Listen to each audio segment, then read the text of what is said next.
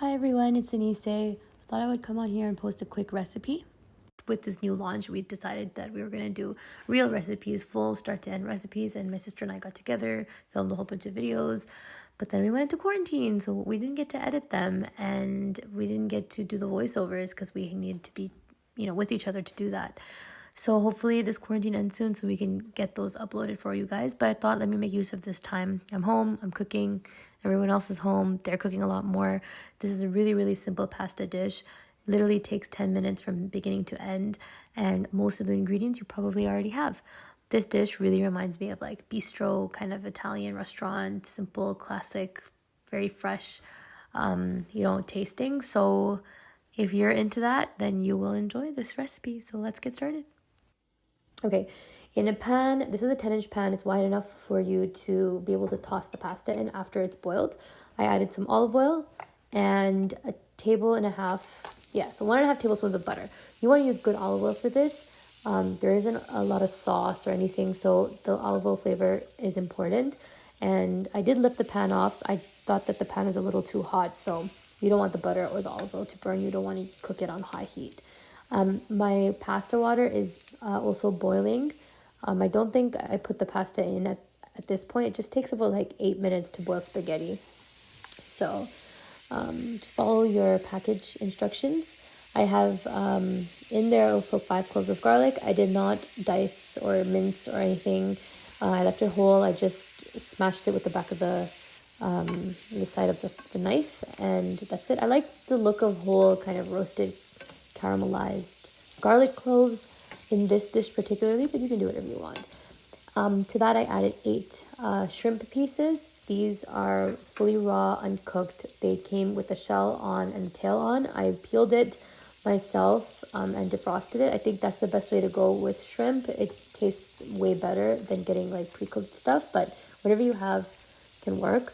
To that I added a teaspoon of salt. I use pink salt, but you can use any salt, and about a half teaspoon of freshly cracked black pepper. Definitely the fresher the better with this dish, and I think it's probably it will give you a more authentic taste as well. Shrimp cooks really fast, so just kind of watch it. You don't want to overcook it. It does get rubbery and chewy if you do overcook it. And then I add some lemon zest. Lemon zest is also one of the ingredients that I do think take this dish to that restaurant kind of taste. So if you have fresh lemons, then definitely use that. And if you're going to do your groceries before making this, then try to get fresh lemons. I wish I had those fancy zesters, but all I have is this mini grater, and it's cute, but it's a little annoying to use. So in total, there's about 1 teaspoon of lemon zest, or half a lemon's worth or so. You can add more, you can add less, depending on how much of the lemony flavor you like. I like really lemony flavors, so especially in savory foods. I'm not so much of a sweet lemon flavored person. And that's pretty much it for the shrimp. So this as is tastes so good. You could totally eat this as a side with some steak or baked chicken, or just on its own with veggies. It kind of tastes like the garlic butter shrimp from Red Lobster, but way more lemony, which I think is a good thing. So you could totally make this and just eat that. It tastes really good. But I'm pulling it out because I don't want to make the sauce while that's in there, because it's just going to get overcooked, and the garlic cloves that are already in there might burn, and when garlic burns, it gets a little bitter, so I don't want that. So I'm just pulling it out, I'm keeping it aside, and I'm going to toss it back in when the pasta is done. Okay, so I am going to add more butter to this. Now, keep in mind, this is a lot lighter than an Alfredo, so I don't want anyone going nuts about how much butter is in this. Alfredo has way more butter and more cream and milk and all that stuff. This is a lighter version for sure. After this bit of butter, which is about a tablespoon, there's no more butter that goes into this. So I add the rest of the garlic. In total here, there are about 10 cloves of garlic. 5 the first half with the shrimp, and then the second half goes into the pan for the sauce. So it is a lot of garlic. You can adjust accordingly, but honestly, it didn't taste too garlicky at the end of it all. This was really good. The garlic just kind of like melted away into that butter. And then I added about a half cup of cherry tomatoes. These cherry tomatoes were fully frozen, actually. That's why I didn't cut them or do anything. I buy about 2 to 3 cartons each grocery run. We're trying to limit the number of times we go out. So we're just 2 people at home. Things go bad, especially produce. So I just wash them and put them in a Ziploc bag and pull them out when I need them. So I didn't cut them or anything, and I just left it as is. And it breaks down, it melts, and it'll eventually open, it pops. So it's fine. Then I put about the juice of half a lemon. You can use a full lemon if your lemon is smaller. This lemon was medium sized but extremely juicy, so I just used half. I'm saying we as if like I had a sous chef, but I was all alone, which is why it's not the best angle, but it is what it is. Okay, so all the little brown bits are from the lemon zest earlier. So I just didn't want that to burn. I could have emptied it all, but honestly, like, you just want to get it done quick. And as long as you're careful and not keeping the stove too high, it shouldn't burn. So once the pasta is done, you don't want to drain it. You want to just pull it out with tongs or a spoon or fork or whatever. You need the pasta water. And that's what's going to help build on the sauce. So I just used some tongs, and I am spilling everywhere, of course. Don't worry, my stove was clean before this. Also, I pulled out the lemon seeds that fell in. That's why it's there on the cutting board. Just throwing in all the pasta.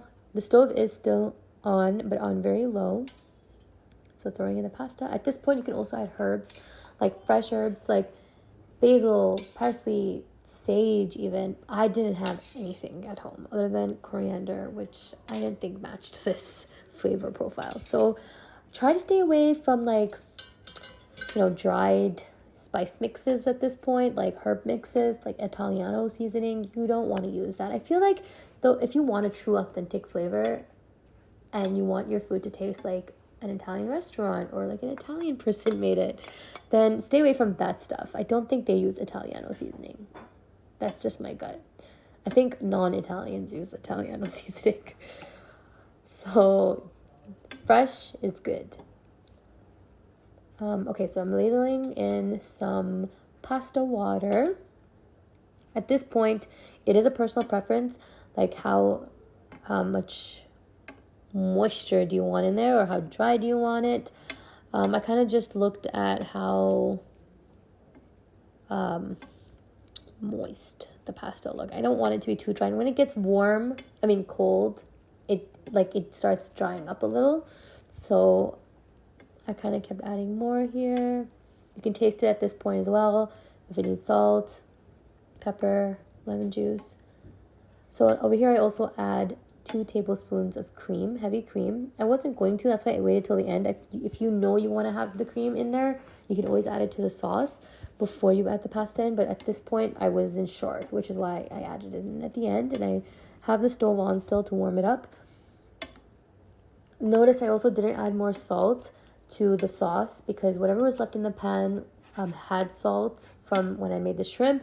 The pasta water has salt, the butter is salted, and then I'm also adding Parmesan cheese later, which is salty. So you want to just keep that in mind, otherwise your dish might turn out a little too salty. Some people also like to add red chili flakes. That would go well with this too, but I really wanted to just keep it kind of simple, classic. All right, so here's the Parmesan cheese. Definitely try to go with freshly grated Parmesan cheese if possible. Stay away from the stuff that you can get in the regular aisles, pasta aisles. Try to get something from the fresh cheese deli section in the grocery store. Even if it's already pre-grated, it's still better than the stuff that you get in the aisle. But if possible, getting a fresh block that you can grate yourself, it tastes so much better and it really lasts a lot longer than you think in the fridge if you store it properly. So if you're making a lot of pasta, then just get fresh Parmesan. It's so good. So this is about 2 to 3 tablespoons of Parmesan. This is totally up to you. I don't like too much, but I also I put a decent amount. So you can definitely get the taste there. And that's it. You're fully done. Taste it, see what you want to add. If you're using regular tomatoes, make sure you cut your tomatoes pretty large. Otherwise, if you dice it up really small, it's going to become a completely like mushed up like tomato sauce, and that's really not what this pasta is. So slightly large chunks, I would cut them if you're using a regular tomato. Just get your bowl, swirl it in nice and fancy. If you can see, you can't really see, I didn't change the view. It's hard to do this alone, guys. And that's it. Just topped it off with a little bit more Parmesan cheese and a slice of lemon to make it look a little fancy. So be sure to tag us if you end up trying this recipe so we can see your recreation. And if you like these types of videos, let us know so we can make more. Take care of yourselves and be safe. Bye.